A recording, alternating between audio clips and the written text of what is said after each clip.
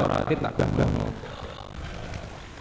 Enggak siapa ini saya bacakan dengan tema jual beli udara di Islandia antara kepemilikan berbeda dan alam bersama. Said Yaudin Muhammad. Deskripsi masalah di negara Asia terdapat praktik jual beli udara murni yang dalam tabung atau botol tertutup.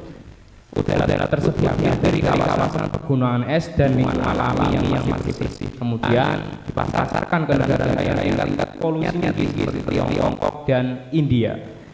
Produk ini disebut sebagai udara segar Islandia (USSI) yang dapat dihirup untuk kesehatan dan kebugaran. Masalah muncul ketika fenomena ini ditinjau dari sisi hukum Islam. Udara pada dasarnya merupakan bagian dari alam bebas yang dimanfaatkan oleh seluruh makhluk hidup.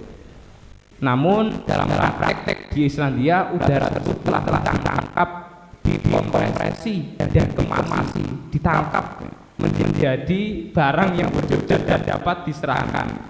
Hal ini menimbulkan perdebatan. Apakah setelah dikemas udara tersebut menjadi milik yang sah perusahaan dan boleh diperjualkan ataukah tetap termasuk sesuatu yang tidak bisa dimiliki karena berasal dari sumber daya umum?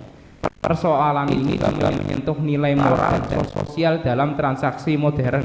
Apakah memperjualbelikan sesuatu yang seharusnya menjadi kewajiban dasar semua makhluk, termasuk tindakan yang etis dan adil, terlebih jika tidak dilakukan demi keuntungan ekonomi semata? Kira-kira dari deskripsi masalah enten sing ajeng bertanya nomboten keamanan pesantren, iki keamanan kon melu iki iya. Dari PP Al Mubarok Manggisan Wonosobo, Kota Dingin.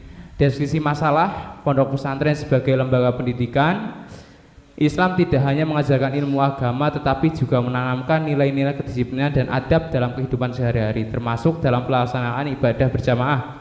Sholat berjamaah merupakan bagian penting dari pembinaan spiritual dan sosial santri, sehingga kedisiplinan dalam mengikuti sholat berjamaah menjadi perhatian utama di banyak pesantren. Untuk menjaga ketertiban tersebut, pengurus pondok biasanya bertugas memastikan para santri mengikuti aturan yang berlaku. Sebut saja Pak Rosid yang menjadi salah satu pengurus di pondok pesantren. Salah satu inisiatifnya adalah menertibkan santri agar mengikuti sholat berjamaah tepat waktu di musola, sekaligus memberi arahan santri untuk menata shaf berjamaah dengan benar. Namun dalam beberapa kejadian ia syarak dan tetap menjaga disiplin berjamaah. Salah satu yang mendasari ia berbuat demikian karena ia mengalami kesulitan dan terlalu lama untuk masuk ke dalam shaf-shaf sholat untuk menertibkan jamaah sekaligus barisan shaf-shafnya. Oleh karenanya ia menggunakan suara yang lantang, namun tindakan memperingatkan dengan suara keras di musola menimbulkan pertanyaan pada Pak Zainal sendiri. Apakah hal tersebut dibenarkan? Karena dari sisi lain dirinya berpikir suara yang lantang bisa mengganggu orang yang akan berjamaah dan saat awal berjamaah dimulai. Mungkin dari sini tidak ada pertanyaan nggih, langsung asilah nggih. Satu mawon nggih. Napa jenengan iku mboten betok takbir asline pengen tanglet tok. Nah. Nggih, monggo. Satu wae cukup. Persiapan. Oke.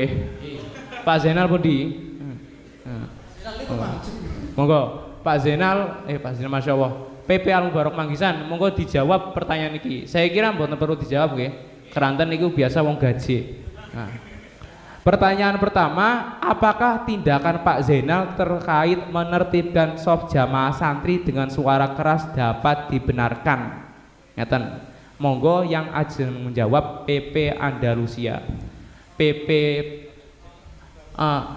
atau Jeh nggih. Terus belakang riyen. No. Darut Taufik. Nuril Anwar.